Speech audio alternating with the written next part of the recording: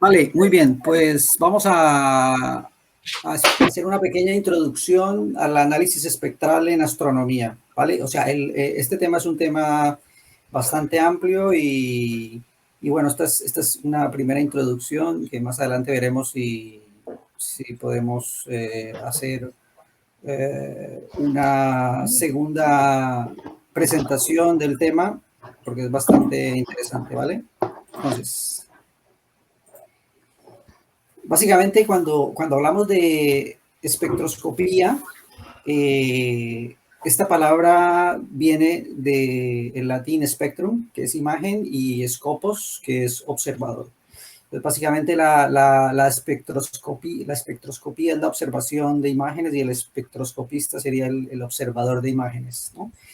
Y la técnica básicamente consiste en estudiar lo que sería la interacción de la radiación electromagnética con la materia, ¿no? Con los materiales, ya sean elementos básicos o cuerpos celestes en general, ¿vale? Y entonces, ¿qué es lo que buscamos aquí en esta técnica? Pues detectar y analizar esta radiación que emiten o absorben los materiales a diferentes longitudes de onda, ¿vale? Y esto pues es muy importante porque este método permite determinar la composición cualitativa y cuantitativa de una muestra comparando espectros conocidos de otras muestras. Entonces este método ha sido muy utilizado a partir de finales del siglo XIX, siglo XX hasta la actualidad para la detección de nuevos materiales de la tabla periódica. Algunos materiales de la tabla periódica fueron descubiertos gracias al avance de la espectroscopía, ¿vale? Esta técnica pues tiene aplicaciones en astronomía, en física, en química, en biología, meteorología, o sea, tiene aplicaciones en medicina, en muchas áreas de la ciencia, ¿vale? El estudio de la luz es muy importante y por eso cada vez se estudia más y hay equipos más avanzados para el estudio de la espectroscopía, ¿vale? Entonces, cuando hablamos de la espectroscopía, dependiendo del espectro electromagnético en el que estemos detectando las ondas, en este caso los fotones que provienen de una estrella o de un cuerpo celeste, pues dependiendo del sensor que tengamos, podemos estudiar algunos tipos de fenómenos. En este caso, para esta primera introducción, pues me detendré un poco más en lo que sería el espectro visible, que va, si en esta figura está entre 400 y 700 nanómetros, ¿vale? Esta es como las longitudes de onda que los ojos pueden detectar, ¿vale? Entonces, en estas longitudes de onda se, pueden, se pueden analizar espectros y esta técnica se puede implementar en astronomía para algunas aplicaciones interesantes. De todas formas, hay otras aplicaciones de la espectroscopía en otras partes del espectro electromagnético, como por ejemplo en el ultravioleta. Aquí lo tenemos empezando en 100 nanómetros a casi 400 nanómetros.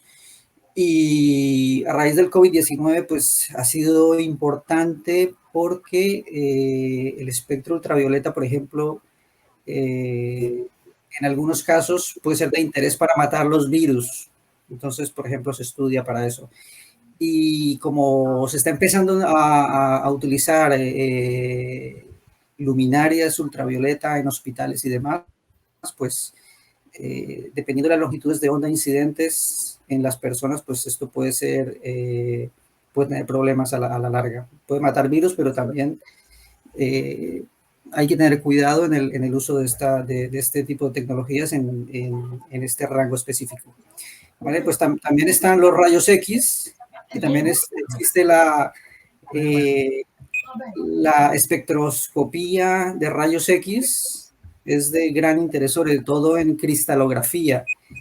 Cristalografía permite analizar las muestras y determinar la composición tridimensional de los materiales. En los rayos gamma, sobre todo para cuerpos muy masivos, como por ejemplo galaxias y agujeros negros y demás, también se puede utilizar la espectroscopía, ¿vale? Y hacia el otro lado, hacia el lado de las microondas, pues algunas sondas y satélites han hecho mapas de lo que es la Vía Láctea y del fondo de galaxias utilizando esta técnica en el microondas, ¿vale? Entonces, vamos a hacer de dónde surge la espectroscopía, ¿vale? Entonces, la espectroscopía como ciencia surge en el siglo XVII con Isaac Newton, que fue quien demostró que él cogió un prisma y lo que hizo fue mirar que no era el prisma el que emitía o producía los colores, sino que separaba los elementos constituyentes de la luz blanca en los diferentes componentes y que a su vez podían ser recombinados nuevamente para generar otra vez la luz blanca. Entonces ese fue un avance porque antes del siglo XVII, pues los romanos ya sabían que existía, ¿no? Existía el arco iris y había toda una historia acerca, y en la Edad Media, pues también se sabía que, por ejemplo, el vidrio, cuando un haz de luz incidía, pues cambiaba la reflectividad, pero no sabían cómo explicarlo. Y pues Newton fue el primero que le dio este bagaje matemático utilizando el prisma, ¿vale?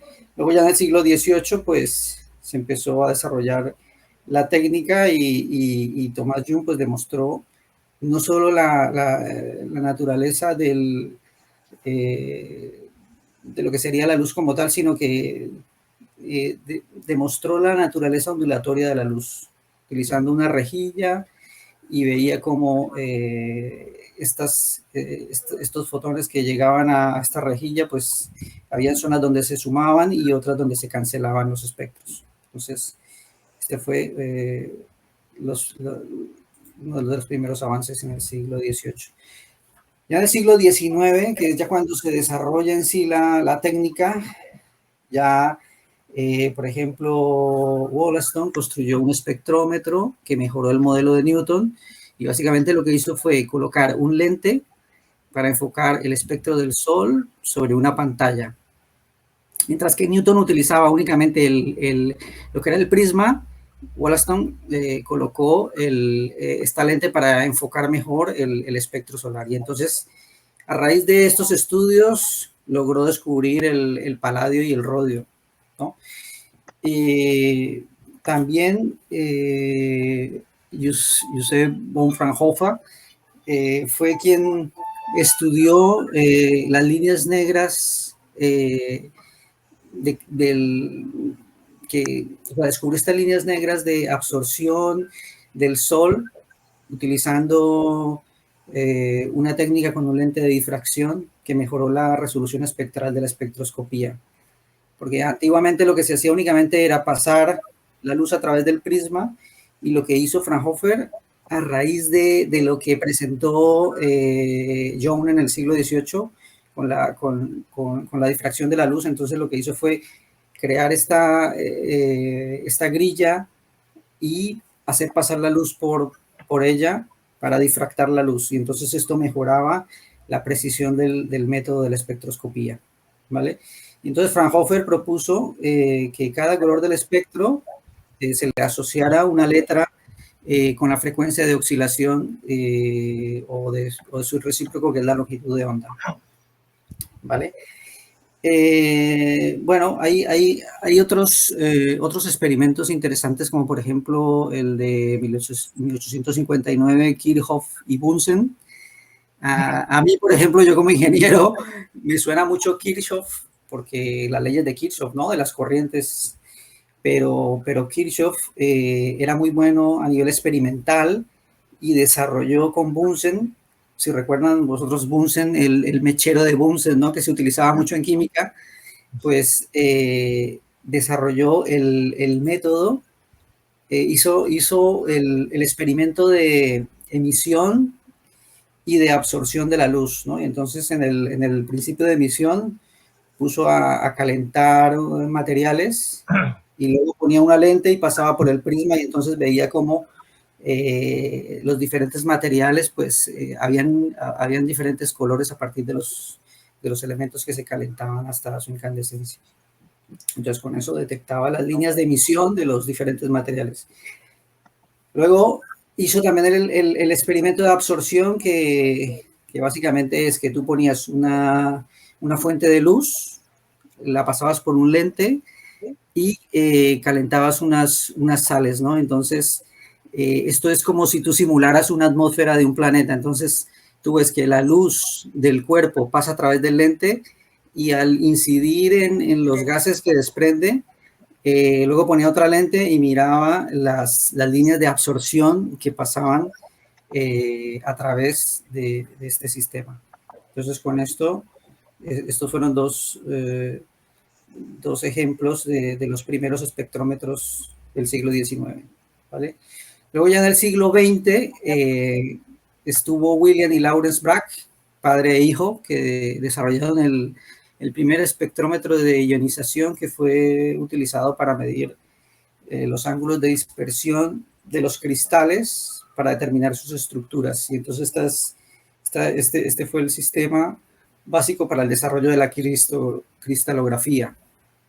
¿Vale? Porque con esta técnica lo que hacías tú era, tenías un tubo de rayos X, lo pasabas por unos colimadores al cristal que querías analizar y tenías un detector, que en este caso era la grilla, y entonces esto incidía, los haces que se difractaban, pues incidían en una placa fotográfica y se obtenía el patrón de difracción. Entonces con esto se avanzó mucho en la ciencia de la cristalografía, ¿vale? Luego, a raíz de estos avances, Rosalind Franklin, que era una científica inglesa famosa, fue muy importante en el análisis cristalográfico de los diferentes materiales. Ella trabajaba en un instituto de investigación en Londres y con su estudiante de doctorado, ella era su tutora y entonces durante mucho tiempo estuvieron haciendo espectros cristalográficos, ¿no? Y entonces hay uno muy famoso que es la fotografía 51, que es la de la doble hélice que tomaron. Y esta figura fue la que se utilizó James Watson y Frank Crick para determinar que en realidad la molécula de la configuración era una doble hélice de la molécula de ADN a raíz de estas medidas cristalográficas. Lo curioso de cómo llegaron a esa conclusión es que James Watson y Francis Crick recibieron esa muestra de Raymond Gosling, no exactamente de él, sino de su tutor, que era Maurice Wilkins. O sea, Rosalind Franklin trabajaba en el laboratorio, pero como sucede mucho en la ciencia, que a veces tu tutor normalmente o no tienes un feeling muy bueno, y entonces ella no siguió trabajando en ese laboratorio, pero como habían tenido muchas investigaciones juntas y papers se habían presentado, pues toda esa información le quedó al siguiente director, y él fue el que capitalizó toda esa información y le pasó esa información luego a los otros físicos, quienes viendo esas imágenes pues definieron lo que era la molécula de ADN. Y el problema fue que Rosalind Franklin murió muy joven, murió de 37 años y no alcanzó a saber ni siquiera, no le pudieron dar el premio Nobel ni porque había muerto, ¿no?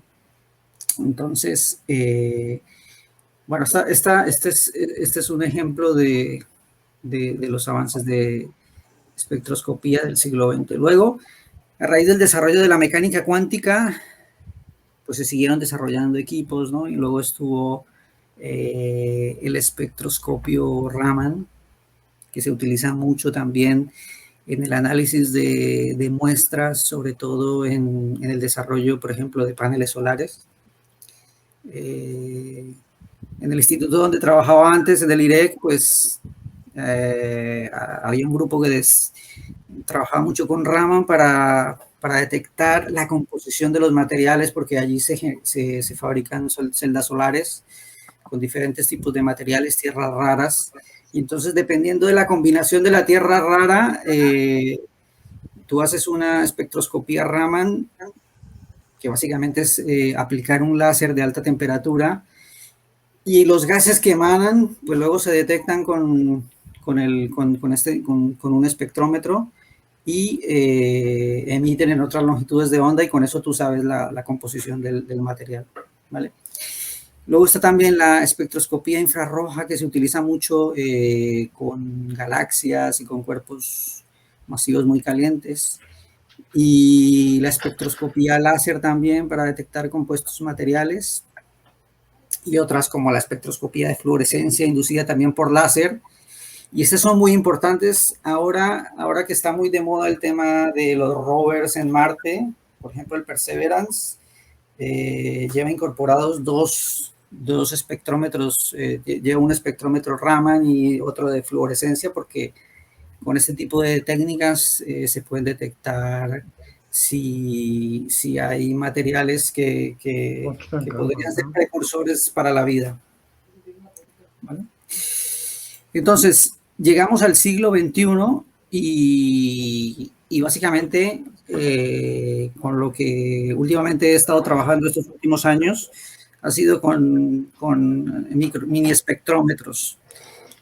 Porque antiguamente los espectrómetros eran equipos un poco como instrumentos de laboratorio muy grandes, no eran equipos móviles, eran equipos que estaban en laboratorios muy costosos y demás. Y entonces ahora, a raíz de la fabricación a nivel microelectrónico de estos dispositivos, pues ya podemos tener un microespectrómetro directamente nosotros móvil, y lo podemos llevar con nosotros, y se espera que a corto plazo pues estos microespectrómetros se puedan incorporar en los teléfonos móviles y en dispositivos de medicina, diferentes tipos de dispositivos para diferentes aplicaciones. Entonces, el equipo con el que yo trabajo normalmente es este que vemos aquí, que es un sensor pequeñito, es un chip CMOS, que, como vimos anteriormente, inicialmente pues los espectrómetros eran con prismas y con rejillas de difracción. Pues este tiene una rejilla de difracción, pero a nivel nanométrico. Entonces, como ves, es un dispositivo muy pequeño en el cual la luz incidente, los fotones entran por una pequeña cavidad. Esta luz se difracta en esta pequeña rejilla de difracción de medidas nanométricas, y la luz que se refleja, entonces llega aquí a lo que sería el detector CMOS, que sería como una especie de cámara, pero una cámara lineal. Si ves aquí la imagen del que dice slit, en realidad es un array lineal, a diferencia de lo que sería un array de una cámara fotográfica, que es cuadrado, ¿no? Aquí en este caso es un array lineal. Y entonces él detecta en este array, detecta las longitudes de onda de la luz detectada, ¿vale? Entonces así es que trabaja el equipo, ¿no? Y básicamente, ¿qué aplicaciones podemos utilizar con este tipo de equipos? Entonces, yo lo he utilizado últimamente para estas diferentes aplicaciones, que una puede ser estudiar la calidad del cielo, sobre todo para aplicaciones de astrofotografía. Se puede utilizar para el análisis de la contaminación lumínica, ahora que está muy de moda el tema de las ciudades que quieren ser respetables con el medio ambiente, las ciudades turísticas, las que quieren tener que quieren ser Starlight, ¿no? Que quieren tener el símbolo de buenas para hacer observaciones. Y entonces este puede ser una aplicación de estos mini espectrómetros, ¿vale? También nos permite, otra aplicación que es bastante interesante es la identificación de lo que sería el espectro solar y el análisis del cielo, la detección también. Yo he utilizado también para detectar longitudes de onda reflejadas por la luna. Podemos hacer análisis espectral en tiempo real y también podemos hacer un análisis de las componentes ultravioleta del sol, sobre todo para meteorología, por ejemplo. Entonces, por ejemplo, una de las primeras aplicaciones sería para medir la calidad del cielo en astrofotografía. Entonces, para medir la calidad del cielo para aplicaciones de astrofotografía hay 3 métodos.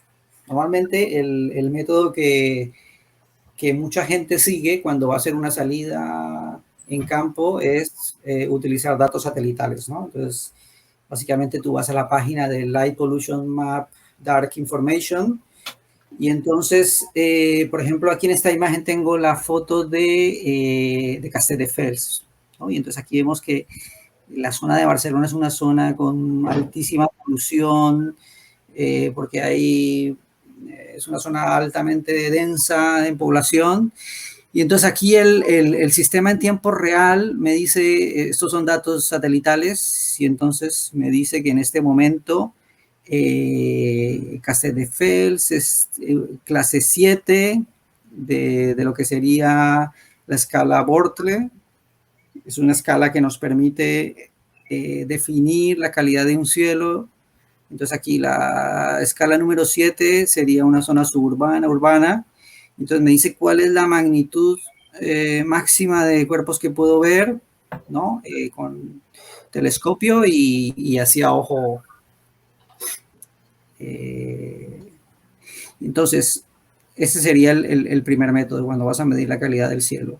El segundo, utilizar esta escala de Bortle, de cielos oscuros. Y el tercer método, que sería el que podríamos utilizar el mini espectrómetro, sería medir la medición del brillo del cielo, ¿vale? Y entonces hay diferentes tipos de equipos que hacen eso. Hay unos medidores manuales, que son los Sky Quality Meters, que miden las MPPS, ¿no? Que son la magnitud per square por segundos de arco, ¿no? Y entonces te miden el brillo del cielo en 360 grados. Entonces, ¿cómo podríamos utilizar el espectrómetro para eso? Entonces, básicamente lo que podríamos hacer es hacer medidas a diferentes ángulos alrededor nuestro del sitio donde estamos y podemos calcular los luxes que nos llegan y podemos determinar qué tan el cielo es oscuro o tiene mucha polución. Entonces ese es un ejemplo de aplicación para astrofotografía, ¿vale? Luego, yo tengo aquí un análisis de contaminación lumínica de Castelldefels y entonces en este caso he hecho medidas de espectros de diferentes tipos de lámparas de sodio de las calles de Castelldefels, ¿no? Y entonces aquí, por ejemplo, desde mi casa, cuando yo miro hacia el cielo, pues, por ejemplo, cuando salgo al frente de mi casa, estoy viendo estas firmas espectrales. Entonces, esto quiere decir que este espectro que estoy viendo aquí a la izquierda es el espectro de una lámpara de sodio. Entonces, si tú quieres hacer astronomía, fotografía con este tipo de luz circundante, pues vas a tener problemas porque no vas a poder ver los objetos de cielo profundo. Entonces aquí te das cuenta, por ejemplo, que es una zona que no es buena para hacer medidas, ¿vale? Para hacer fotografía, astrofotografía, ¿vale? Aquí tenemos otro ejemplo de otra lámpara de sodio. En este caso, yo enfrente de la ventana mía tengo el estadio de fútbol de Castelldefels. Entonces, cuando yo mido con mi espectrómetro, alcanzo a leer el espectro de la luz del estadio de fútbol. Entonces aquí, por ejemplo, aquí esta es una luz fría de 4500 Kelvin, ¿no? Y yo tengo 4 luxes. Por este otro, de la izquierda que tengo, la lámpara de sodio de la calle es de 3400, es una luz cálida, no es esa luz como medio rojiza, ¿no? Que tú cuando vas andando la ves. Luego, está también la luz de los semáforos, y esto le puede servir mucho a Sergio, que tiene problemas, sale, ¿no? Es porque dependiendo de la intensidad aquí de la luz de estos semáforos, pues es muchísima polución, ¿no? Y tú sales afuera y te das cuenta rápidamente que está por todos los lados con este tipo de luz que no ayuda a hacer unas buenas capturas de fotografías. Entonces, esa sería esas serían 2 aplicaciones, ¿no? Y otra aplicación es, por ejemplo, capturar el espectro solar. En este caso, sabemos que existen las líneas de absorción y emisión del espectro solar para diferentes elementos químicos particulares. Y esto pues lo desarrolló Fraunhofer y luego definieron las líneas de Balmer, que Balmer también era un matemático y definió una fórmula matemática para ver cómo aparecían estas líneas. Y entonces, como ves, a cada línea le pusieron como una letra, ¿no? Entonces, esa letra nos indica qué tipo de elemento estamos viendo reflejado o absorbido, ¿vale? Entonces, por ejemplo, aquí, en el día del eclipse del pasado 10 de junio, yo hice unas capturas, por ejemplo, esta de las 8:25 de la mañana, o sea, en este momento el sol estaba empezando y estaba nublado, ¿no? Aquí ve la foto donde hay como una nube que está pasando por enfrente, ¿no? Y entonces, cuando tú tomas el espectro solar, que sería el continuo, ¿no? La respuesta continua al espectro solar, pues tienes, en este caso, este espectrómetro tiene una respuesta entre 380 y 780 nanómetros, entonces casi que coge toda la respuesta del espectro visible, coge una parte del ultravioleta y una parte del infrarrojo, una parte muy pequeñita, ¿no? Y entonces, con este, por ejemplo, yo puedo ver aquí la línea de Balmer de los átomos de hidrógeno, ¿no? Del Sol. También puedo ver aquí la línea de Balmer de la C, que es la línea alfa y la línea beta de los átomos de hidrógeno. Puedo ver las bandas de oxígeno molecular en la atmósfera de la Tierra, ¿vale? Que están un poquito más hacia el infrarrojo. Y si vemos arriba, en la gráfica de arriba vemos lo que sería la respuesta solar, ¿no? Sería la respuesta de cuerpo negro del Sol fuera de la atmósfera, pero como estamos aquí, la atmósfera nos refleja y nos absorbe cierta cantidad de luz solar, ¿no? Y entonces por eso es que vemos esas bandas de absorción y de reflexión que se deben a nuestra atmósfera. Entonces por eso lo vemos así, ¿no? Y entonces, por ejemplo, el Sol tiene el 91% que es hidrógeno, el 8% es helio, 8,9, y el resto son los otros materiales. Pero muchos de estos materiales pues se pueden ver aquí cuando tomamos tomamos un espectro, pues podemos ver estas líneas, ¿vale? Entonces esta es una aplicación para análisis de espectro solar. Lo bueno de esto es que no solo nos sirve para análisis solar, sino que también nos sirve, por ejemplo, para analizar otros planetas, estrellas y demás. ¿Vale? Lo único es que, claro, como estamos influenciados por la atmósfera, pues ahora, sobre todo las aplicaciones avanzadas de astronomía, por ejemplo, el telescopio espacial James Webb, va a tener un espectrómetro sobre todo en el infrarrojo, y va a poder hacer medidas y como está en el espacio, pues no tiene los problemas de la atmósfera terrestre, entonces va a hacer medidas más claras de este análisis espectral. ¿Vale? Entonces, vale, ese es un ejemplo, ¿vale?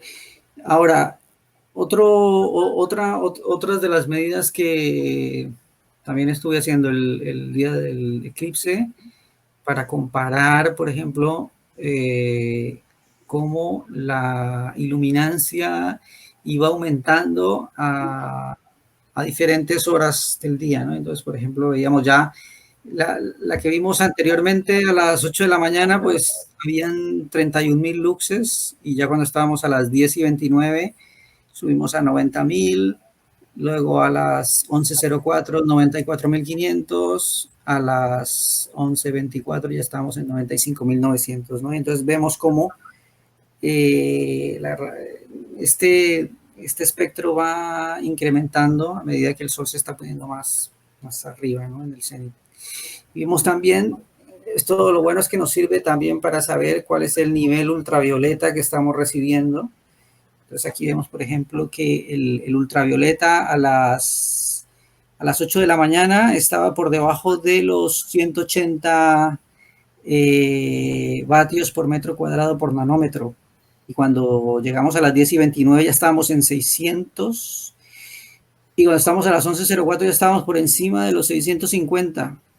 Entonces, esto es importante sobre todo para temas de meteorología, ¿no? Para si estás tú en la playa, por ejemplo, dependiendo de la hora del día, pues tú puedes saber si tienes un índice ultravioleta muy alto y pues que deberías utilizar un filtro solar o deberías no exponerte al sol.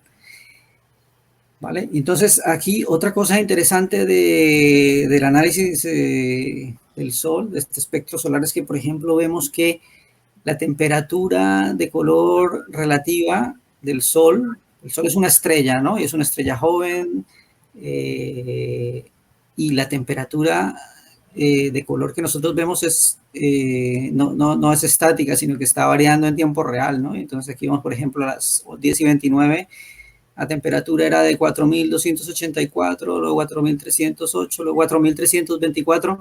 Y si ves aquí los círculos, sería como el color de la luz que está llegando a nosotros, ¿no? Entonces, esa es la luz de esa hora, ¿no? Entonces,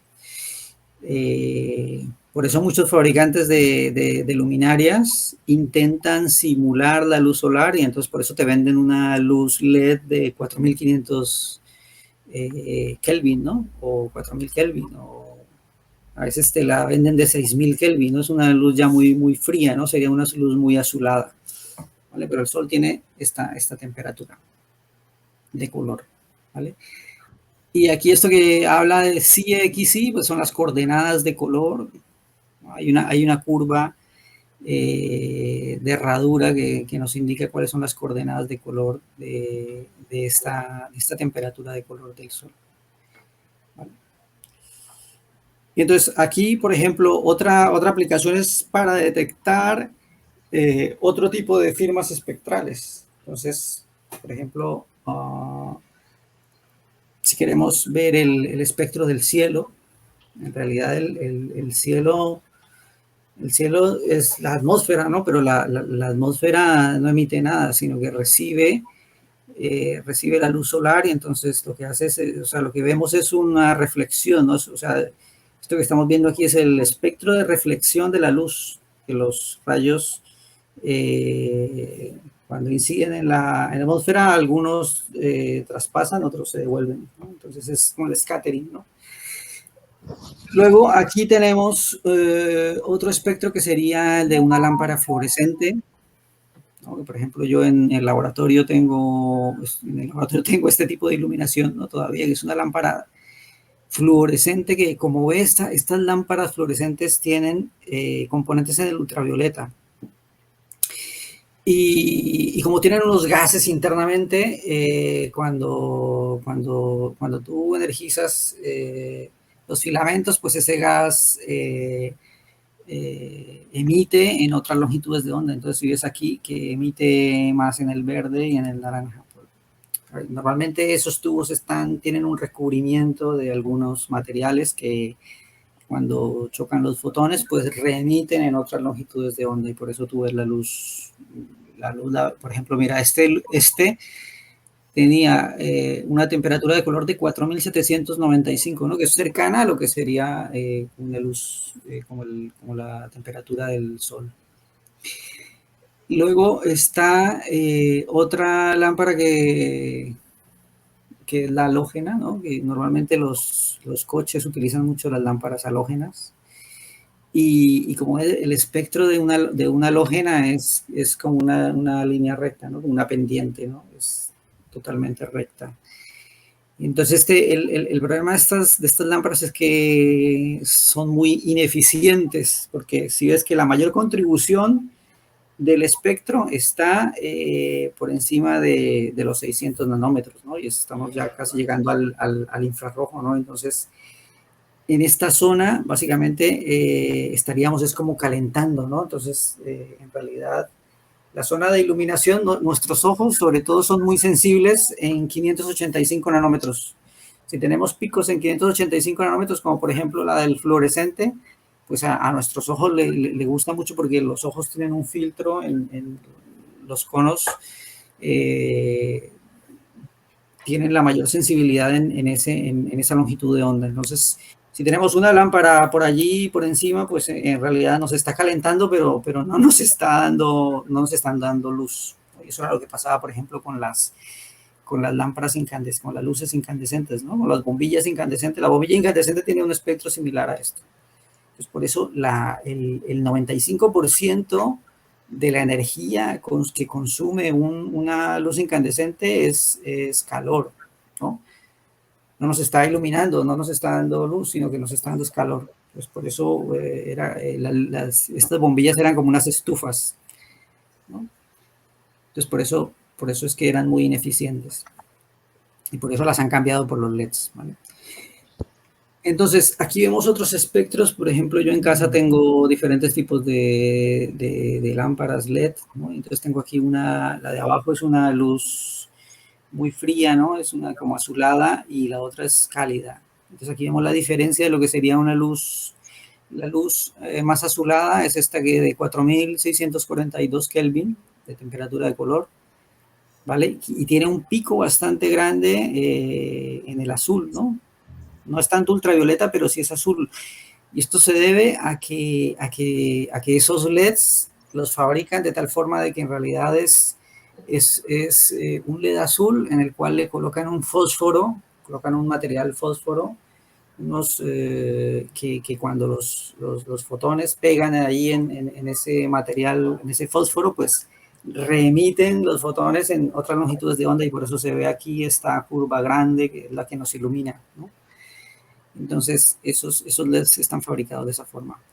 Y en cambio, en este otro de LED también, pues también es un LED azul, pero tiene una menor contribución o los fósforos emiten en otras longitudes de onda y por eso nos da este espectro más cálido.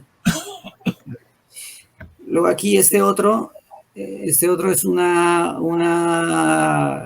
luminaria multiespectral que tiene múltiples LEDs en diferentes longitudes de onda y entonces tú aquí creas un espectro a la carta, ¿no? Este es un espectro bastante raro, en el que tienes una contribución grandísima de ultravioleta y grandísima casi de infrarrojo. Esto puede servir para algunos tipos de aplicaciones. Entonces, como veis aquí, la temperatura de color es muy alta, ¿no? 7454. ¿Y esto para qué iría bien? Por ejemplo, esta luz va bien, por ejemplo, en las mañanas cuando nos levantamos de la cama y queremos que la melatonina disminuya, ¿no? Para que estemos más alerta. Entonces lo que haces es que pones una luz muy azulada, de tal forma de que eso hace que el cuerpo entre más en alarma, en alerta. Mientras que en la tarde, si queremos estar más tranquilos, pues ponemos una luz más cálida y entonces esto hace que la melatonina nos suba y entonces el ciclo circadiano, los ciclos circadianos de las personas, pues se pueden regular con este tipo de iluminaciones adaptadas que puedan cambiar a lo largo del día, ¿vale? Entonces esta es otra aplicación de este tipo de estos espectrómetros, ¿vale? Luego, hace unos días estuve también haciendo unas medidas del espectro lunar, ¿vale? Pero, bueno, esto ya lo había hecho las agencias espaciales, ¿no? Por ejemplo, este es del telescopio solar, un telescopio de Okayama, ¿vale? De 1996, ¿no? Donde hacía medidas también de las líneas de sodio de la atmósfera, porque claro, la luna pues no emite nada, ¿no? Sino que es únicamente refleja la luz del sol. Entonces, con eso pues podemos obtener espectros de este estilo, ¿no? Entonces, este era un ejemplo de un espectrómetro. Este creo que era, sí, de otro astrónomo que hizo estas medidas lunares. Y yo hice esta otra también en una noche de una luna que tampoco no estaba muy bien del todo, pero claro, mi espectrómetro solo alcanzaba hasta los 740, 760, ¿no? Como ves aquí más adelante, pues todavía hay muchísima parte del espectro que no puedo ver. Pero bueno, esta es una firma espectral de la Luna, ¿no? Que es un poco curioso también de ver.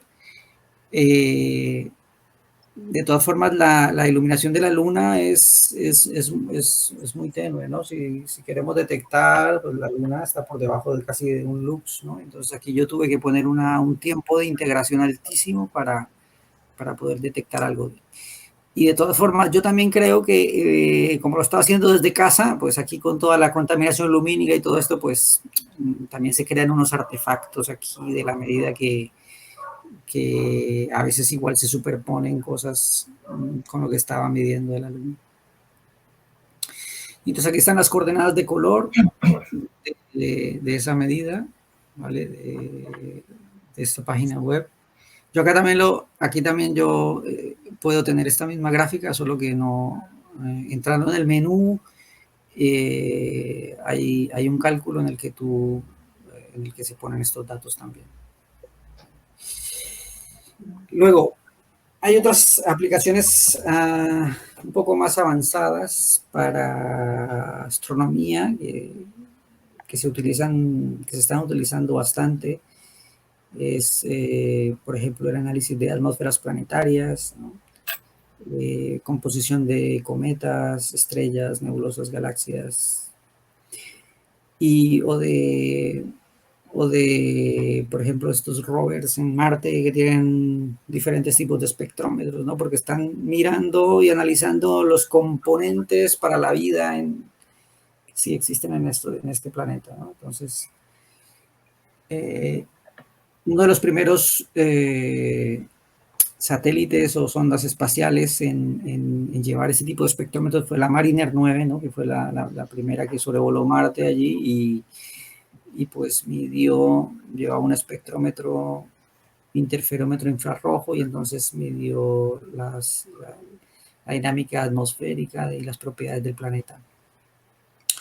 Luego también, por ejemplo, la sonda Deep Impact también tenía un espectrómetro que midió la composición de los cometas, ¿no? Entonces esta información ha permitido obtener algunos datos de cuál es la composición de los cometas, ¿no? Y hay unas teorías que dicen que igual el agua pudo venir de un cometa y demás. Pero bueno,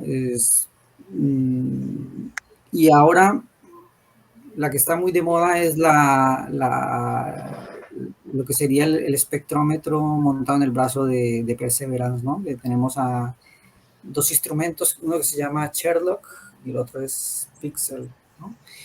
Entonces, el Sherlock, este Sherlock básicamente es un espectrómetro Raman, ¿no? Entonces, este es el Scanning Habitable Environment with Raman Luminescence for Organic and Chemical Básicamente lo que hace Sherlock es que tiene un láser, y entonces él apunta a un blanco, ¿no? Que le dicen, las cámaras que tiene, pues apuntan y lo que hacen es vaporizar la roca y los gases que emite esa roca, pues con eso hace el análisis Raman de estos compuestos orgánicos que tienen esas rocas y con eso pueden saber exactamente cuál es la composición del material.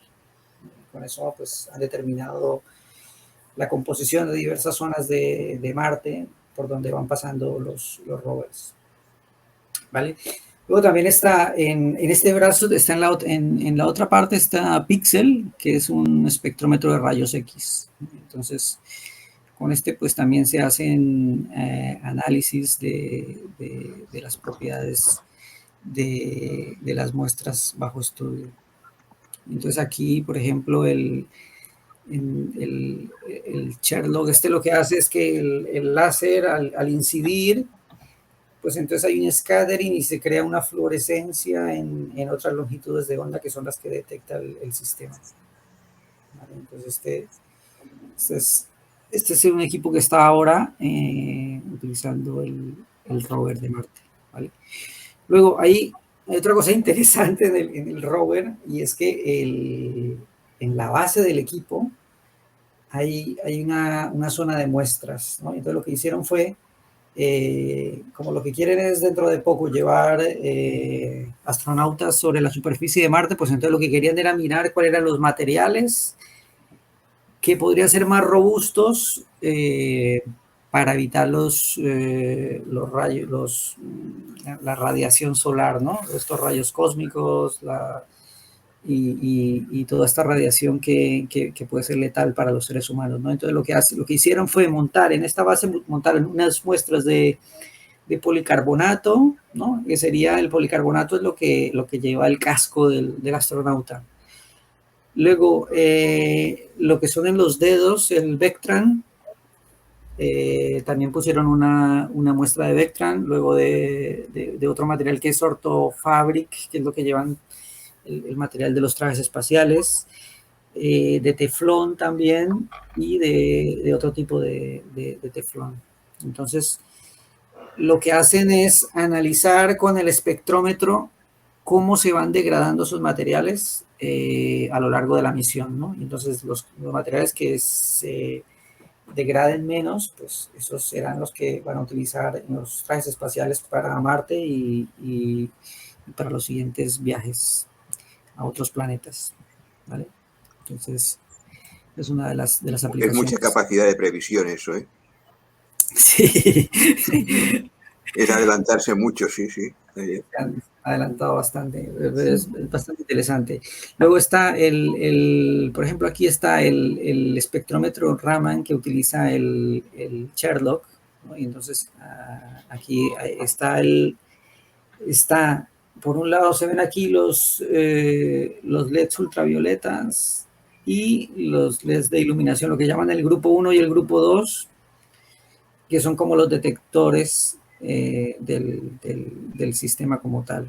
Entonces, aquí ese espectrómetro como tal trabaja entre 810 y 4000 centímetros. Sí, esos son 4000 nanómetros, ¿no? Eso es un rango en el infrarrojo porque eso es el Raman es por fluorescencia y entonces quieren mirar, la fluorescencia ocurre en ese rango.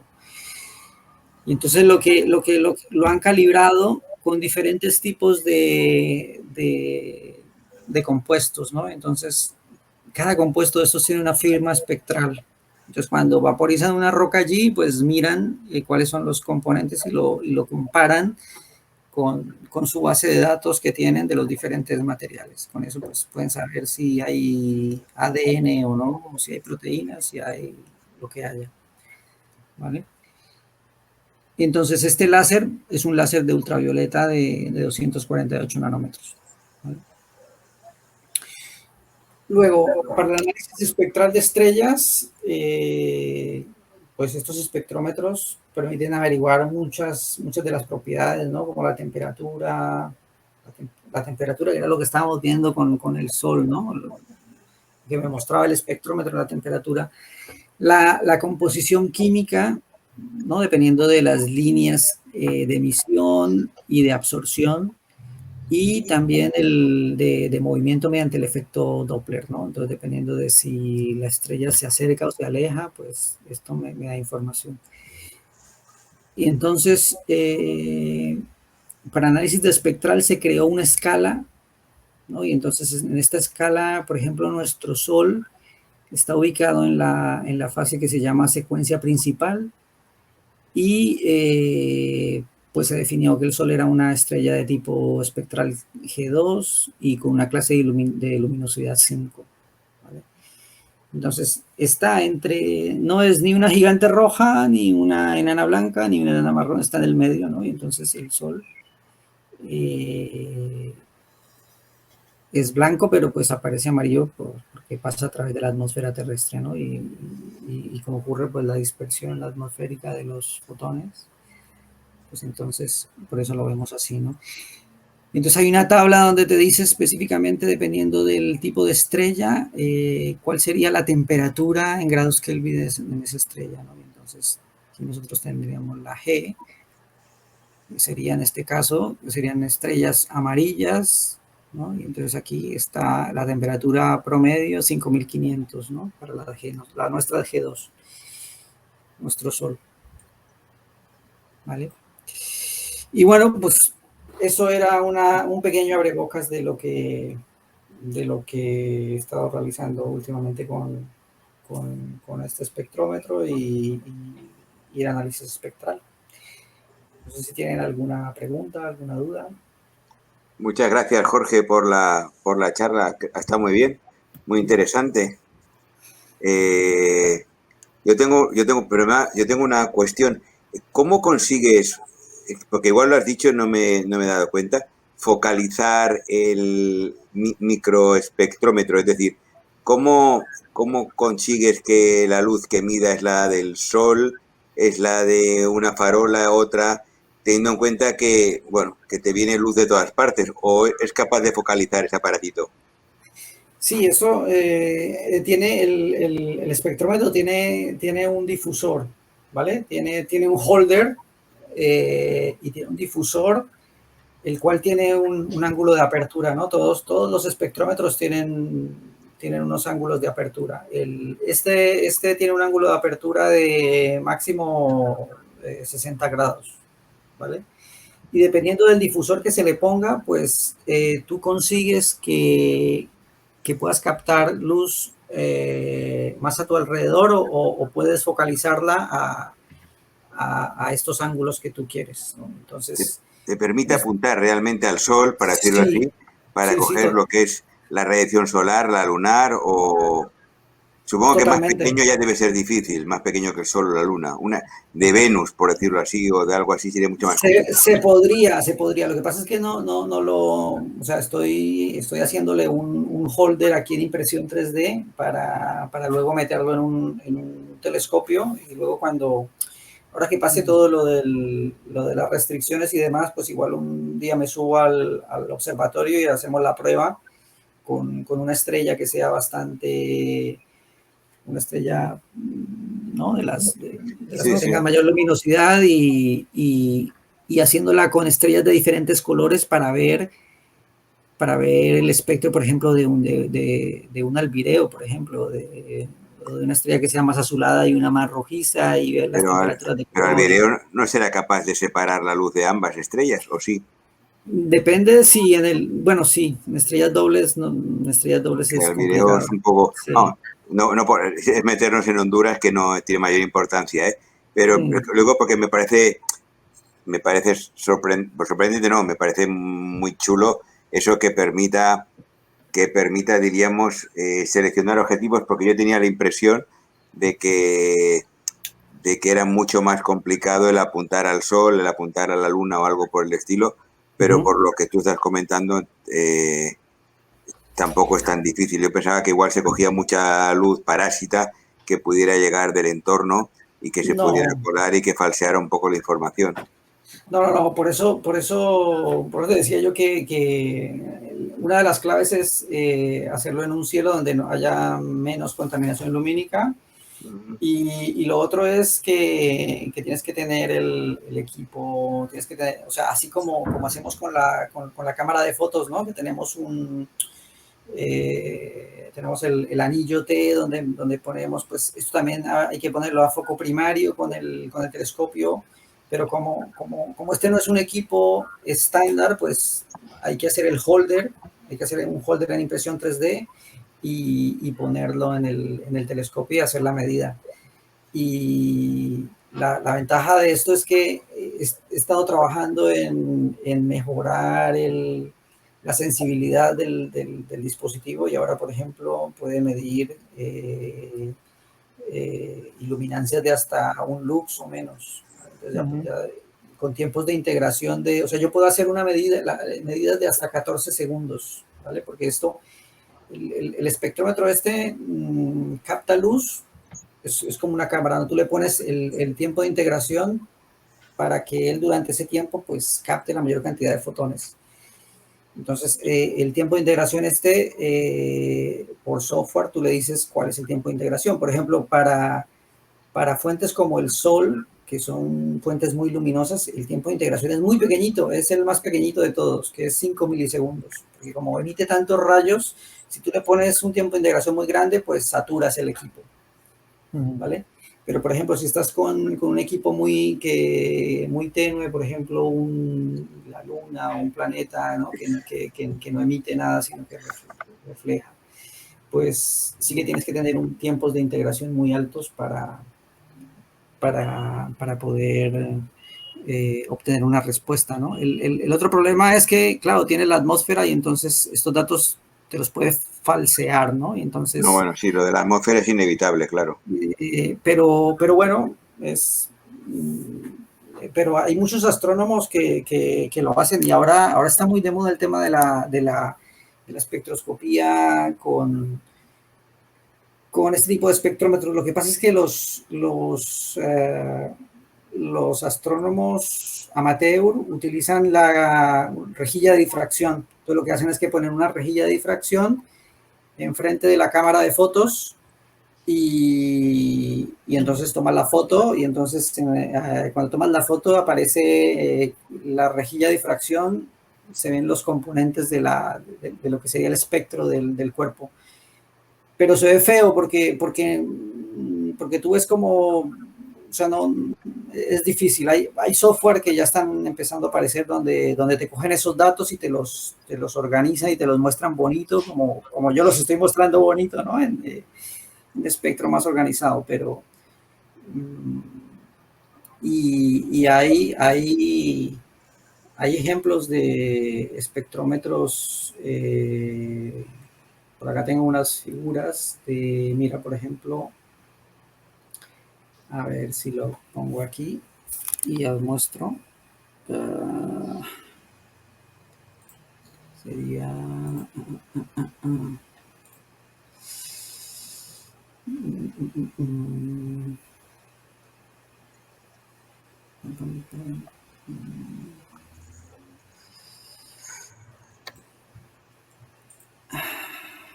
Mira, por ejemplo, este es muy utilizado en observatorios grandes. Es el IRES, se llama, es un espectrómetro. Son espectrómetros convencionales, ¿no? Que sería casi como un espectrómetro estos de laboratorio, muy robusto y demás, ¿no? Y entonces este espectrómetro se acopla, por ejemplo, a un MEADE de 12 pulgadas. Y entonces aquí a foco primario lo pones como si fuera una cámara de fotos, ¿no? Entonces es un aparato bastante grande, bastante robusto, pero que necesita de una cámara de guía, necesita varias cosas, ¿no? Necesita una cámara externa, tiene una lámpara de neón, porque claro, esto es una espectroscopía de laboratorio total, esto es como un monocromador, ¿no? Entonces, aquí... ¿Para qué la lámpara de neón? Disculpa. Esto es como para iluminar, iluminar la muestra, pero exactamente aquí, no sé, habría que mirar en el manual exactamente qué. Jorge, hablando de lo que estábamos hablando antes de ese espectrómetro de CMOS tan pequeño que es un chip, eso me impresiona muchísimo. Una pregunta, supongo yo que el desarrollo de la tecnología de incorporar un espectrómetro en un microchip, a lo mejor fue desarrollado por la NASA para sus sondas que han enviado a Marte, que analizan las rocas. Sí, ellos... Hace 20 años, digo yo. Sí, desde los años 70, lo que te digo, el Mariner empezando 9, en los años 70, pero hablo de los años 90, principios de este siglo, porque es cuando un robot está en la superficie de un planeta como Marte, donde se busca algo tan ligero, tan pequeño para hacer la obra. Entonces, algo que parece como el tamaño de un cubito de azúcar, pues eso es algo que la NASA desarrollaría para su programa. ¿Tengo razón o no? Sí. Esto, normalmente cada uno de estos instrumentos que está ahí en ese rover ha sido desarrollado con diversas universidades, centros de investigación. No recuerdo pero principalmente por el programa espacial, quiero decir. Sí, de por sí todas las... Porque es el programa espacial que, en primer lugar, tiene fondos para desarrollar, pero no tiene la capacidad ni de tamaño ni de peso. O sea que buscan algo pequeño y ligero, siempre. Y otra cosa que he visto, algo que me ha sorprendido, no relacionado a esta charla, pero hace 5 o 6 años vi en el Museo de Smithsonian una cosa igual de pequeño, un reloj atómico, pero pequeño así, muy pequeño. Otra vez un CMOS chip. Y era un reloj atómico, así de pequeño, unos centímetros. Wow. Me sorprendió cuando lo vi. Sí, de todas formas, tendré en cuenta que el reloj atómico es una cosa, una caja así, como un frigorífico o como una nevera. Sí. No, ten en cuenta que este ya es este tipo de encapsulados para ese tipo de sensores ya es como el estándar, ¿no? A nivel de microelectrónica. Nosotros viejos, y estamos contando a 3 que vemos aquí, nos acordamos cuando éramos jóvenes en la edad de piedra de la astronomía, en el 87, cuando solo teníamos una cámara, un telescopio, un carete de película y la imaginación, y ya está. Eso es verdad, Paco, Alfonso, ¿no? Sí. Lo que tenemos hoy en día en la tecnología electrónica, lo que tú has enseñado, es ese chisme tan pequeño, espectrómetro tan pequeño, es increíble. Porque si alguien nos hubiese enseñado eso, pero hace 35 años atrás, nosotros hubiésemos dicho, pero eso es la ciencia ficción, no existe. Pero ahora sí. Sí, esto cada vez va más. Entonces, ¿dónde estaremos para el año 2050, digo yo? Una pregunta, Jorge. Sí que habrá algo. Y otra cosa que me hace divertir, si me permite, Alfonso, ¿tienes ese efecto detrás de ti Es el sillón, no logro que desaparezca del todo. Pareces como tienes alas de ángel. Pues eres un ángel Más para o menos, nosotros. Más o menos viene a ser eso. Este es un concepto exacto. Juego No de puedo Tronos. conseguir las alas. Yo ¿Qué? estaba Sí. envidioso completamente de la imagen de la imagen montañista de Sergio y digo, yo también tengo que tenerla. Xavi, ¿tenías una pregunta tú, perdona? Sí. No, que me he quedado con el ángulo de abertura.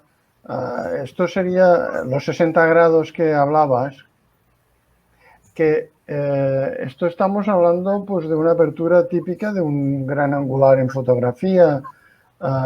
Entonces, para la luna, no he entendido muy bien, tienes que ponerle algún foco para concentrar la luz de la luna en el espectrómetro.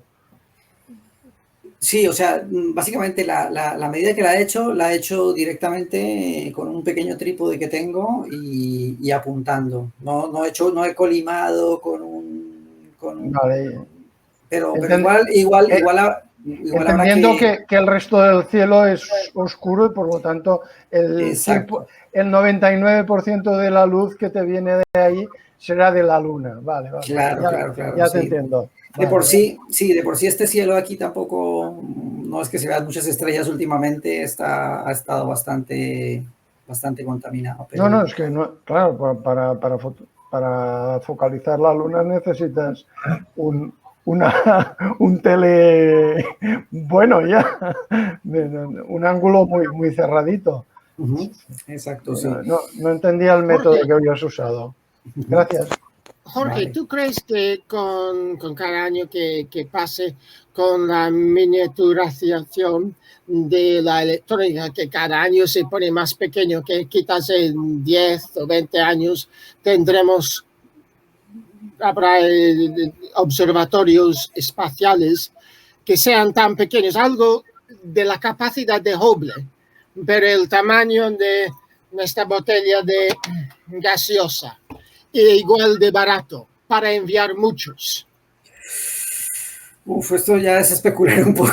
Ya lo sé que es especulación, pero tal como ha avanzado la cosa desde el año 87 hasta ahora, entonces, si sacamos un papel y trazamos una línea gráfica lineal, entonces vamos a ver para el año 2040, seguro que habrá, ¿no? Yo creo que ahora hay mejores fotos. Manteca hace algunas fotos del Sol.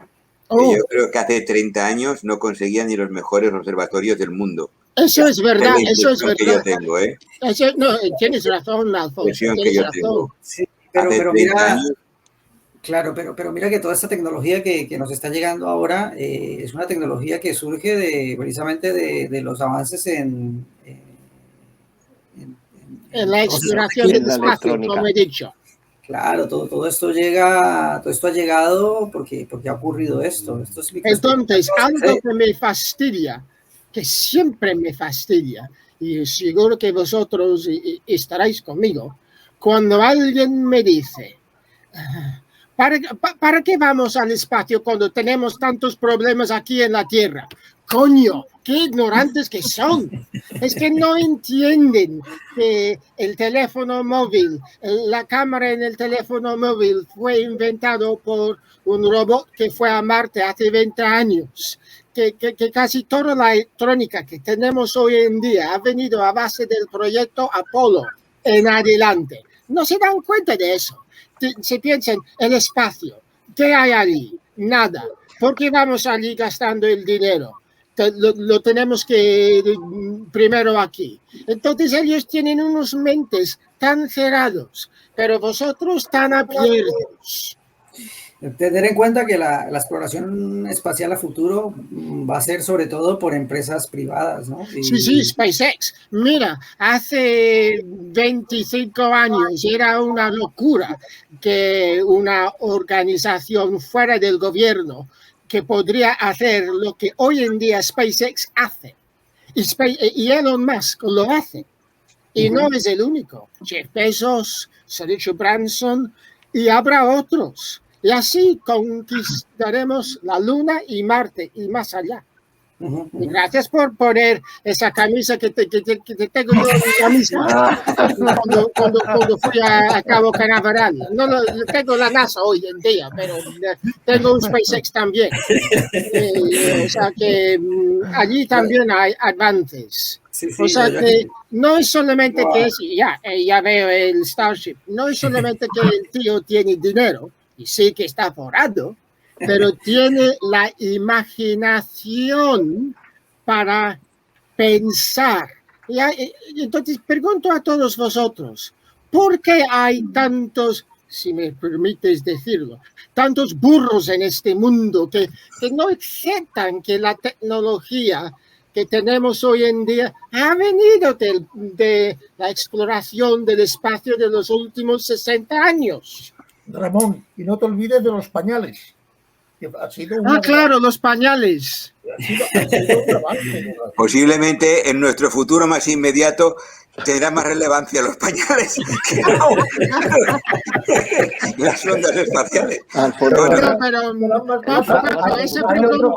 Pregunto, ¿cómo es que hay tanta gente que tienen las mentes tan cerradas? Porque no lo saben eso, ¿no? Desconocimiento. Pero seguro que esa gente, esas personas, a lo mejor no son autistas como yo y tienen buenos trabajos, le pagan un buen sueldo. Yo, de contraste, porque soy autista, soy diferente, no me he empleado porque soy diferente, no me entienden mi perspectiva, creen que soy yo un marciano.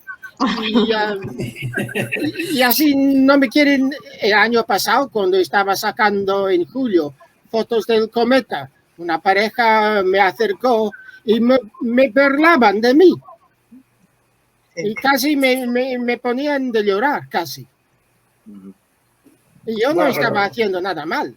Pero esa tecnología, la cámara que utilizo hoy en día, es una maravilla en comparación a hace 30 años. Y esa tecnología, igual como Jorge nos ha enseñado, de ese CMOS chip, ha venido del programa espacial. Espera, os enseño una cosa que era un milagro en el año 62.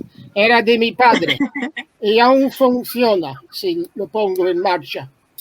Y aún funciona. Sinclair, una calculadora de bolsillo, un ordenador, en el año 72, perdona, 72. Y eso fue directamente desde Apolo. Claro, eso hoy en día es un dinosaurio, pero en aquel tiempo, hace 48, 49 años atrás, era un milagro. Entonces, Mónica, estabas diciendo, hay mucha gente que no se den cuenta, que no entienden. Si no entienden, ¿por qué no se ponen a aprender? Porque no son cosas que la gente conozca. La historia de dónde proceden la tecnología que tenemos ahora no todo el mundo lo sabe de dónde viene. Porque tampoco hay información. O sea, que para ellos caiga del cielo. Bueno, sí.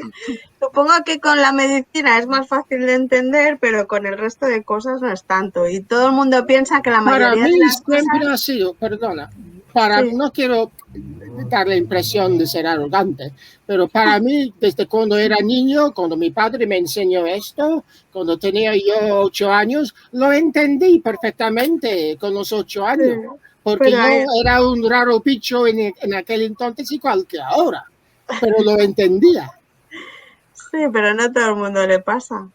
No. Yo creo que es desconocimiento, básicamente, ya está. Y no tienen inquietud por conocer. Yo siempre he tenido y aún tengo ese deseo de querer.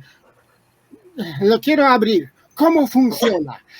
¿Cómo es? Y lo abro. Y siempre he sido así. Hoy, las cosas que había estropeado cuando era niño. Yo aún tengo esa inquietud de saber y aprender. Y eso lo veo con vosotros. Y ha sido muy interesante, Jorge, lo que habías dicho.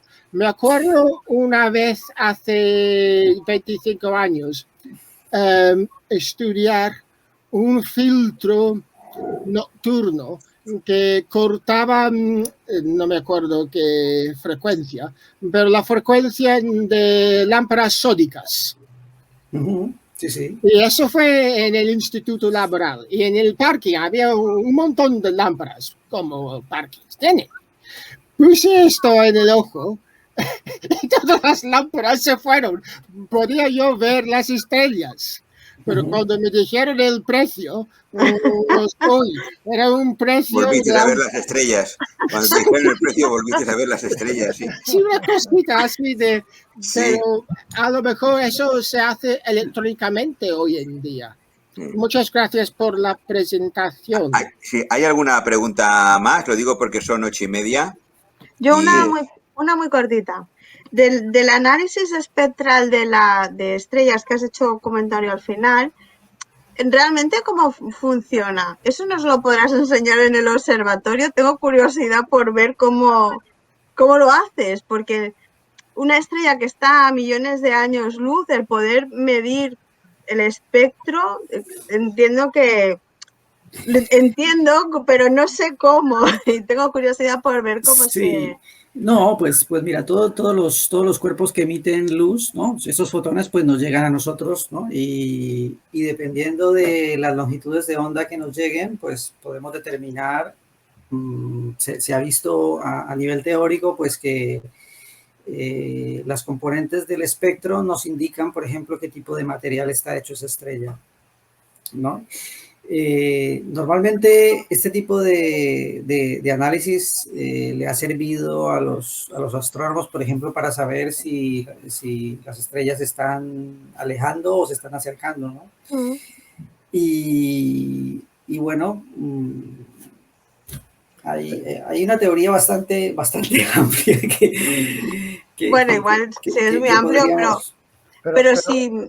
Quiero decir, ¿esto que explicas lo podemos llevar a la práctica en el observatorio? ¿Podemos hacer mediciones? Podríamos intentarlo, claro. Lo que pasa es que este es un equipo que hasta ahora desarrollamos este año y bueno, ahora lo que hay que hacer es probar qué resultado nos puede dar para aplicaciones de astronomía, ¿no? Inicialmente pues no estaba... Es un buen lugar para hacer experimentos. Claro.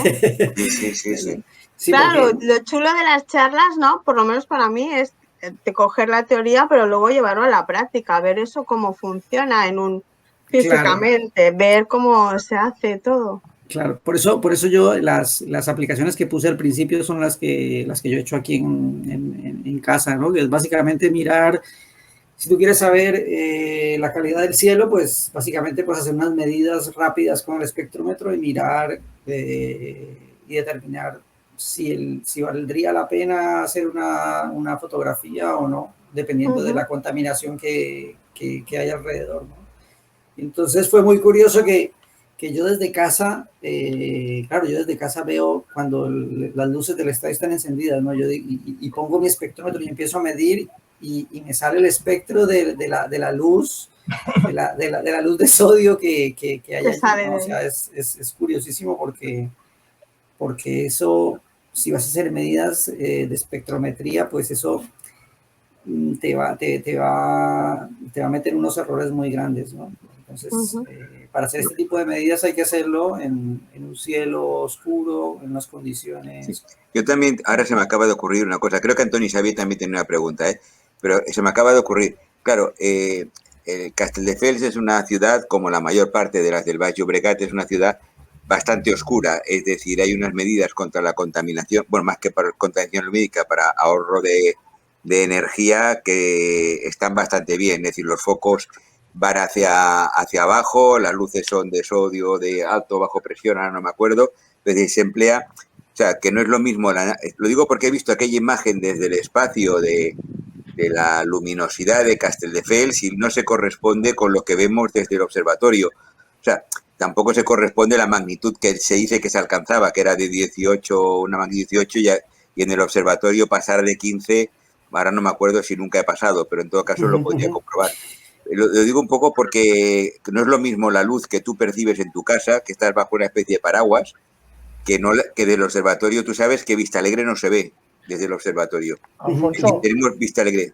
Alfonso, mírate el mapa, porque aunque Castelldefels está rojo, cuando vas hacia Barcelona está rojísimo, mucho más rojo. O sea, está bastante apagado. Dentro de pero hay un núcleo. ¿Desde dónde lo ves? Xavi, ¿dónde lo ves? ¿De la web? Sí, en Light Pollution Map. Sí, hay aplicación de móvil y todo. No lo he visto. Vale. Mira, aquí la tengo compartida, ¿vale? Sí. Si te acercas exacto. Es que tienes, entonces aquí yo... es que encima sale el mapa. Si lo puedes borrar. Cierra, dale a la crucecita. Ya está. Claro, y entonces aquí puedo ir a... ¿no? Estamos aquí, mira, camino del gancho, y aquí. Joder, qué precisión, perdona. Qué bien puesto está el mapa. Claro, entonces aquí te dice, ¿no? Precisamente te dice que es clase 7, ¿no? Y te dice la magnitud está en... A 100 metros, lo calcula bien además, perdona. Sí, es que esto es de uno de los satélites de estos satélites que dan datos meteorológicos de la Tierra y demás, pues esta información pues va bien. Lo que pasa es que, claro, normalmente el método, si tú puedes hacer, es que lo que decimos es que la teoría nos ha demostrado que en el observatorio para ver objetos de magnitud más allá de 15 es casi imposible. Sobre todo hacia Barcelona. Barcelona sí que estoy de acuerdo en que aquello es, pero cuando uno mira hacia Vistalegre, tú sabes que lo tenemos debajo y se ven las casas, casi no se ve, y el resto de la ciudad casi no se ve, casi, evidentemente, algo de luz, aunque solo sea por el reflejo de las farolas contra el asfalto y va hacia arriba, algo siempre se pierde. Pero nada, es una bobada. Antoni Xavier, crec que volia fer una pregunta. No, sí. no. Vale. No, Antoni Xavier. Sí. No, sobre això és que la contaminació lumínica també, el principal foco de contaminació que tenim és l'aeroport i el port. Ui, l'aeropuerto. Que no contribueixi a empitjorar-la, però com que estem tan a prop de la zona aquesta aeroportuària, això influeix. No, jo volia preguntar a Jorge, bueno, és al·lucinant que amb un aparell petit que portes a la butxaca i un mòbil puguis fer tot el que estàs fent. Jo ho trobo al·lucinant. Eso es lo primero, sí. Precisament, com que ho trobo al·lucinant, no sé si això seria molt car de produir, l'espectròmetre, perquè si fos relativament econòmic o així, es podria pensar en aplicacions de ciència ciutadana, perquè és posar a la butxaca de moltes persones un element que permet mesurar la contaminació lumínica, la qualitat del cel, la qualitat de la llum a la ciutat. Llavors, crec que a partir d'aquí es poden pensar com aquestes aplicacions, d'una manera distribuïda a molta gent, es reporta dades que permeten, amb l'acumulació de dades, pots obtenir uns mapes i unes informacions molt precises, molt detallades. Sí. Este es un aparato que hemos desarrollado en la empresa donde trabajo y bueno, está ahora a la venta online. ¿Cuánto cuesta? ¿Cuánto costaría? ¿Sería algo accesible al astrónomo aficionado? Es 600 euros, vale. 600 euros. No, eso no está mal. Mira, creo que esto ha costado menos. Mira, tú me des el tuyo y yo te doy este cristal. Esto lo compré en el Smithsonian. Ah, qué guay. bien. Compré 2 porque quería yo duplicar el famoso experimento que Isaac Newton hizo con 2 ¿El de la prismas. manzana sobre la cabeza? Claro, claro, claro. No, pero primero pasó la luz por una, Sí, hizo un espectro, sí. y luego pasó por la segunda Y la volvió no blanca. hizo otro espectro. Sí, Entonces, eso fue el experimento y ya lo conocéis. Claro, claro, Y claro. entonces eso fue más barato que 600, pero el otro me impresiona. Así que un aparato completo, ¿cuánto costaría? ¿Existe hoy en día algo para el astrónomo aficionado? ¿Cuánto costaría? ¿2.000 euros? ¿3.000 euros? No, hay de todos los precios, porque lo que sucede es que la ventaja de este espectrómetro es que tú tienes la rejilla de difracción, que es nanométrica, ¿vale? Porque las rejillas de Sí, pero difracción, eso solo tú es las... el chip. Quiero eso es- decir con la montura y todo, claro, claro, para claro. acoplarlo al telescopio. Claro, hasta ahora estoy haciendo hasta ahora pruebas, ¿no? Estoy haciendo la pieza en 3D para acoplarla a un telescopio y luego mirar como los resultados, ¿no? O Entonces, sea que tú puedes ser en el futuro el fabricante y forrarte de dinero vendiendo estos prismas a todo el mundo astronómico. el equipo ya está fabricado, o sea, las aplicaciones ya las da la gente, ya, si tú ves aquí, mira, estoy compartiendo la página. Sí, ya lo veo. Y es este equipo, ¿vale? Pues básicamente la ventaja de este equipo es que este equipo, todos los espectros que tú tomas se conectan a la nube. O sea, hay un sistema online donde tú los puedes compartir con otras personas. Y por ejemplo, tú si tienes 10 personas que toman espectros por toda la ciudad, luego esos espectros están en una base de datos donde te da un reporte, de todas las características de la luz, el espectro, temperatura de color, calidad de color, intensidad, iluminancia, y entonces con eso tú tienes como identificado exactamente cómo está su ciudad, si en realidad está cumpliendo con la normativa de polución, ¿no? Si es una... Pero eso no se acopla todavía a un telescopio para, No, por pero ejemplo, para como ese Alfonso ha tipo... dicho, distinguir entre 2 estrellas binarias para medir el espectro de una estrella o la otra. Pero creo que eso ya vendrá con el tiempo, ¿no? Claro. Lo tienes que hacer con Sí. lentes en el telescopio. Hasta que no discrimines focalmente una de otra, no podrás analizar la espectroscopia. Claro. Pero eso totalmente. vendrá con el tiempo. En 5 años ya existirá, seguro. Sí, no, yo la idea es,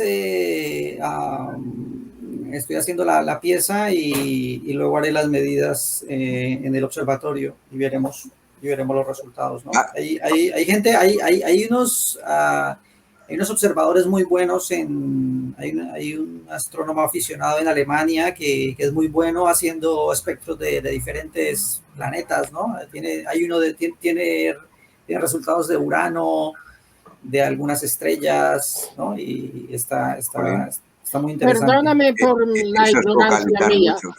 ¿Cuál fue la estrella, la primera estrella medida su espectro? ¿Cómo, Ramón? ¿Cuál fue la primera estrella que fue medido su espectro? ¿Cuál, cuándo y quién lo hizo? El Sol. El Sol, ¿no? Aparte del Sol. No fue Una estrella de algo pequeño. Fue muy importante el Sol para ya lo sé, el Sol. Y descubrieron el helio, ya lo sé, pero la primera estrella distante. Bueno, hay un montón de estrellas, exactamente no sé cuál fue la estrella en específico, pero lo que sí está claro es que uno de los métodos para detectar planetas extrasolares orbitando en estrellas fuera de ¿no? Uno de los métodos es este de la espectroscopía, ¿no? Porque... Ya. Perdona, yo entré tarde esta noche. Hay una pero pregunta de Paco, perdona, hay una pregunta de Paco, que hace rato que está esperando. Ya, Paco. No, tranquilo. No, Jorge, cuando ha salido la leyenda en el mapa de la polución, veo que pone brillo y brillo artificial. Estos que prácticamente son iguales. ¿Qué diferencia hay entre ellos? A ver, espera, me pongo y lo comparto un momentito y lo ponemos aquí. En los... aquí. A ver si sale entonces, la leyenda. Sí, entonces está el brillo y el brillo artificial. Que son prácticamente iguales, porque uno está en milicandelas y el otro está en microcandelas, pero uno es 4040, claro. Sí. Yo creería... ¿Qué diferencia puede haber entre esos dos? Sí, no, yo creo que uno tiene que ver con el brillo de la atmósfera y el otro tiene que ver con el brillo adicional de las luces, de las luces artificiales alrededor. Sí, pero en este caso es más brillo el primero que el artificial. O sea, no lo sé. No, el uno está en milicandelas, claro, son 10, sí, es... No, lo mismo, 4040 micros son 4,04 mili. Sí. Son bueno, igual... Son prácticamente iguales. Por eso sí, digo que pero... ¿qué diferencia puede haber ahí? No sé. Bueno, mira, podemos hacer una, yo diría que porque como esa zona es una zona que no hay mucha iluminación artificial. A ver, si yo me voy aquí al centro de la ciudad, por ejemplo, y le pongo aquí en el centro de la ciudad, sale lo mismo. Sale lo mismo, ¿no? Deben ser valores más generales, ¿eh? Sí, yo creo que sí, que deben de ser. Sí, porque aquí sí, parece que toda la zona, sí, bueno, aquí ya se ve. Tiene que ser en zonas más amplias, tienen que ser en zonas más amplias. Aquí no. Sí, pues. Vete al Garraf, a ver qué te da en mitad del Garraf. Digo, donde aparece la zorrita. Sí, bueno, aquí mira, 284 y 260. Y 207 sí, pero siempre es superior el brillo natural. El brillo natural. Sí. Digo, hablaba. Pero puede ser, puede ser lo que tú dices, Alfonso, de que cuando nosotros miramos hacia el aeropuerto, en realidad hay un brillo gigantesco ahí, o sea, sí. Puede ser por eso. Pone el mapa encima del aeropuerto, ya verás. O pudiera ser el brillo total estuviera sumado el brillo artificial, pudiera ser. Y entonces el brillo real sería la diferencia. No lo sé. Jorge, una cosa sobre el tiempo de integración que hablabas del espectrómetro. Sí. ¿Crea también algún tipo de ruido o equivalente a lo que pasa con sensores de cámaras digitales cuando mides muy poca luz? Sí, el tiempo de integración es un parámetro que hay que tener cuidado porque el tiempo de integración depende de a qué objeto estamos observando, ¿vale? Porque, por ejemplo, en objetos muy brillantes, si pones un tiempo de integración muy grande, saturas la señal y en realidad no obtienes el espectro total, sino que se satura. No estaba pensando en el otro aspecto, cuando estás mirando objetos muy poco luminosos. Vale, entonces cuando estás midiendo objetos muy luminosos, primero tienes que hacer poco luminosos, tienes que hacer primero un dark calibration para quitar, para hacer la medida del ruido de fondo. ¿Vale? Vale. Entonces el aparato tiene un modo en el que tú haces como cuando haces una fotografía astronómica, no haces el cero, la calibración en dark. Entonces primero haces un dark y entonces él sabe cuál es el cero y a partir de ahí entonces sí hace la medida que utilizas para hacer el espectro. Vale. Entonces, perdona, Jorge, mándanos ese mapa a Astrofels. Iba a decir que Michelson y Morley eran uno de los primeros de medir estrellas con espectroscopio, ¿no? ¿Cómo? No te entendí. Los dos astrónomos, creo que eran astrónomos en el siglo XIX, Michelson y Morley. Sí. Eran uno de los dos primeros de medir, si no fuese el Sol, las estrellas con un tipo de espectroscopio primitivo, ¿no? Sí, y Fraunhofer sobre todo, que fue quien sí, detectó que descubrió las líneas de absorción, sí. Exacto. Entonces, pues, en el siglo XIX en realidad fue donde ocurrieron los avances más grandes en el tema de espectroscopía, ¿no? Ya en el siglo XX, pues claro, con los avances de la tecnología y demás, pues se miniaturizaron los equipos, pero bueno, estos científicos le dieron un impulso muy grande.